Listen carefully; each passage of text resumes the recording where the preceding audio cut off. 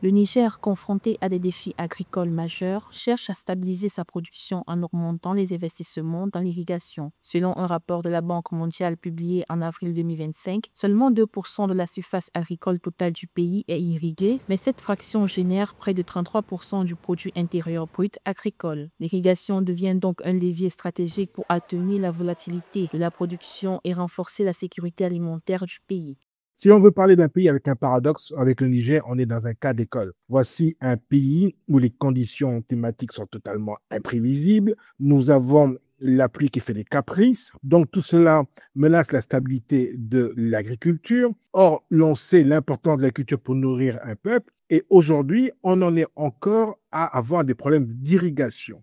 Environ 2 millions de personnes sont impliquées dans l'agriculture irriguée, souvent sur de petites surfaces d'environ 1 hectare, consacrées principalement à la culture de l'oignon pour l'exportation et du riz pour la consommation locale. Le rapport de la Banque mondiale souligne que les autorités nigériennes devraient favoriser des systèmes d'irrigation à petite et moyenne échelle, une approche plus accessible financièrement et bénéfique pour les producteurs locaux.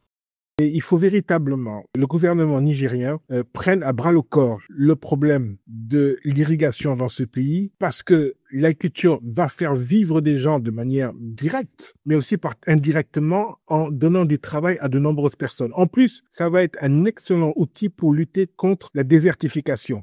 Le gouvernement a d'ores et déjà lancé un programme d'irrigation à grande échelle visant à restaurer 10 000 hectares de terres irriguées et à aménager 21 200 hectares supplémentaires. Ce plan ambitieux qui s'étend sur 3 ans pourrait transformer l'agriculture du pays et garantir une résilience face aux défis climatiques croissants.